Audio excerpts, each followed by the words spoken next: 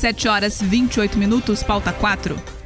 O Pleno do Tribunal de Contas do Estado aprovou o pedido de aposentadoria do conselheiro Nestor Batista. A confirmação da solicitação que foi feita pelo conselheiro foi oficializada ontem durante a sessão ordinária do órgão do colegiado. Nestor Batista completa 75 anos somente em julho de 2023, data em que irá se aposentar de forma compulsória, só que ele antecipou essa saída do tribunal. Natural de Ponta Grossa, Nestor Batista tomou posse como conselheiro do TCE em 14 de setembro de 1989, depois de ser nomeado pelo então governador Álvaro Dias. Depois de ter sido deputado estadual também por 10 anos. Ele ocupou a presidência da corte em 3 ocasiões, de 94 a 95, de 2007 a 2008 e também de 2019 a 2020. Conversas nos bastidores do Centro Cívico, bairro que cedia sedes dos diversos poderes do estado em Curitiba, dão conta de que Nestor Batista antecipou a aposentadoria no Tribunal de Contas para ocupar um cargo de diretor em alguma superintendência ou autarquia do estado, assim que a reforma administrativa do governo for aprovada pela Assembleia. Com a aposentadoria de Batista, Ratinho Júnior agora tem a oportunidade de indicar um nome para ocupar a cadeira vaga na Corte de Contas. O favorito para a vaga é Augustinho Zucchi, atual secretário estadual de Desenvolvimento Urbano, a SEDU.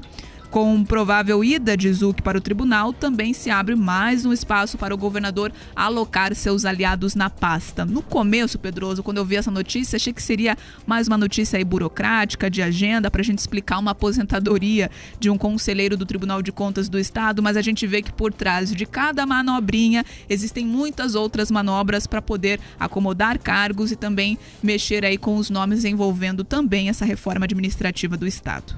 Opa! Esse lance, essa mudança, essa aposentadoria, ela compõe o xadrez político, o xadrez administrativo mais amplo do Estado. Ouvintes, vamos lá. O governador Ratinho Júnior, ele se elegeu com uma vantagem imensa. Tá? Ele construiu uma frente ampla de apoiadores, um grupo enorme de partidos que estiveram com ele ali apoiando, conseguiu trazer inclusive adversários da eleição anterior. O PP, que tinha lançado a Cida Borghetti lá atrás, compôs agora a coligação que apoiava o Ratinho Júnior, que garantiu não só uma estrutura, mas que possibilitou também uma reeleição consagradora. Para isso agora, ele precisa de alguma forma contemplar essa grande aliança, essa grande frente, justamente com espaços dentro do Estado. E para isso, ele precisa garantir espaços relevantes. É nesse contexto que entra esse estímulo ao conselheiro de antecipar a aposentadoria. Ele entraria ali no meio do ano, eles conseguiram antecipar isso, então vai ser possível agora, que o Ratinho traga um aliado para dentro dessa pasta, mas é importante notar quais características desse aliado. Provavelmente, Bia, você não vai ver nenhum nome ou nenhum grande nome daqueles que disputam a tentativa de ser o sucessor do Ratinho Júnior. Então você tem alguns deputados ali que brigam com a ideia de ser esse sucessor, você tem secretários, ex-secretários, pessoas próximas que já estão trabalhando com a possibilidade de ali serem nomes para a sucessão do Ratinho lá na frente.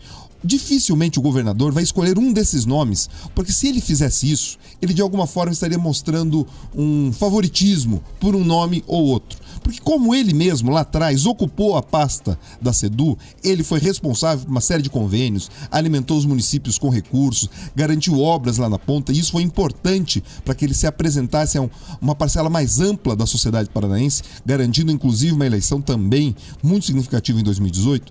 Caso ele escolhesse alguém ali agora para a SEDU, mostraria que ele estaria indicando, olha, essa pessoa tende a fazer o mesmo caminho que eu, então teria ali um favoritismo, o que deixaria todos esses outros aliados que se enxergam como possíveis nomes, como tendo alguma chance de disputar o governo do Estado, essas pessoas ficariam ali de alguma forma preteridas e poderiam ficar de certa forma chateadas. Agora tem 2 outros aspectos dessa notícia que vale chamar a atenção. O primeiro deles é que você também aproveitar um conselheiro, o Nestor Batista é um homem experiente, então ele com certeza vai trazer parte dessa experiência para a gestão do Estado. Então não estão trazendo alguém ali, um alienígena que não entende do assunto. Então ele antecipa a aposentadoria, tem idade ainda, vai conseguir trazer essa experiência e vai conseguir entregar um apoio relevante ali dentro do governo do Estado. E por fim, chama a atenção o seguinte, a fidelidade e a regularidade com que o Ratinho cumpre acordos políticos. Quando a gente está discutindo aqui que quem vai assumir, quem deve ser o indicado, o Augustinho Zucchi, esse é um acordo que foi construído lá atrás e passaram-se 4 anos e o Ratinho Júnior vai finalmente cumprir esse acordo nessa primeira oportunidade que ele teve. Então é impressionante. Isso passa também, Bia, um recado para a classe política como um todo. Ou seja, quando ele cumpre um acordo, mesmo depois de tanto tempo, e que talvez seria até conveniente de alguma forma mudar os termos do combinado, ele entrega exatamente o que foi prometido, mostrando assim para a classe política: olha, eu sou uma pessoa absolutamente confiável. Ou seja, uma notícia que parecia aposentadoria, ela tem uma série de camadas que permite a gente compreender ainda melhor como tem funcionado a política paranaense. Nenhuma manobra é ela apenas superficial. Sempre tem algo por trás, ainda mais quando a gente fala aí no mundo da política. Agora 7h33. Repita. 7h33, vamos conversar com os ouvintes. A participação pelo YouTube, como sempre, muito boa. Então agora, você que está comentando aqui através do nosso chat, fica o convite também para deixar o like. Bastante gente assistindo. O joinha pode subir também, porque isso faz com que o nosso jornal chegue mais longe também na internet. A gente já sabe da nossa audiência no rádio. Agradecemos a todos que estão agora no trânsito também, nos ouvindo, enfrentando aí a rotina para conseguir chegar até o trabalho. Uma boa quinta-feira para todos. E aqui também pelo YouTube, você que nos acompanha pelo Jovem Pan Grupo RIC. Nós temos o Carlos César Comide comentando: Curitiba, a foz esburacada. Ele está falando sobre isso, da condição da estrada aqui no Paraná, da BR-277, por causa que a gente trouxe aqui o assunto do pedágio, que a equipe de transição de governo lá, do governo federal, a presidente do PT já informou que vai ser reavaliado o edital do pedágio no Paraná, e a gente sabe que isso vai fazer com que todas essas discussões e também a possibilidade de uma nova concessão ocorra de forma ainda mais tardia. E daqui a pouquinho tem bolo de aniversário para o Paraná sem pedágio, vai assoprar as velhinhas de 1 ano de cancela aberta. E a Adri Zea, ela disse absurdo, somos roubados todos os dias, pagamos os salários exorbitantes desses políticos que estão lá para receber e nada fazem. Ela está reclamando a respeito desse projeto que está passando na Assembleia Legislativa para reajuste do salário de governador e também secretários. O Anderson Ribas disse: equipe de transição parece a carreta furacão, todo dia um integrante mais bizarro que o outro vai entrando. Pedroso já fez essa analogia e essa análise aqui algumas vezes, né, Pedroso? Exatamente, olha só, parece a carreta furacão. Você percebe que cada um vai caindo, parece de algum caminhão de mudança o mais diferente possível, tá? E eles vão entrando ali, você percebe personagens que vai do Fofão ao Homem-Aranha.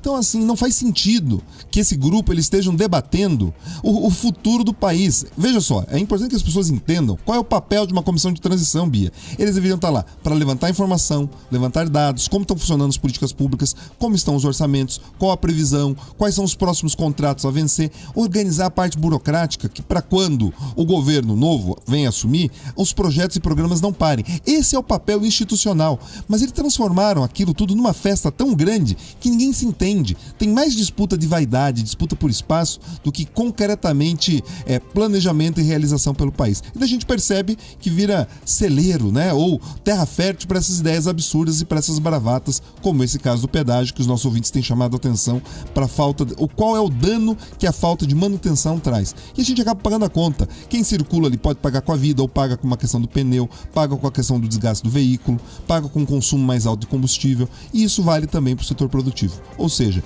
é uma carreta furacão, mas que no final do dia, quem paga a conta, invariavelmente, somos nós. E vamos lembrar, né, Pedroso, que a 277 sentido litoral, né, tá enfrentando problemas. A expectativa é de que uma obra ali, por conta daquele deslizamento que já aconteceu há mais de um mês, só venha a ser executada e finalizada a partir ali do dia 12, 15 de dezembro. Isso aí é um sintoma muito claro do que acontece quando uma rodovia não tem ali o cuidado à mão do setor privado, que são os pedágios, as pedageiras. Elas foram prejudiciais para o Paraná no passado, porque cobravam muito, assumiram corrupção? É fato, foram, e a gente não tira isso da história, relembramos os fatos sempre por aqui, mas também sabemos que o poder público não tem braço para abraçar, para cuidar também aí dos milhares de quilômetros de rodovias estaduais e também federais que nós temos aqui no Paraná. Prova disso está lá o congestionamento, um monte de carro estragando na 277 sentido litoral. Boa sorte para quem precisa enfrentar esse problemão aí diariamente.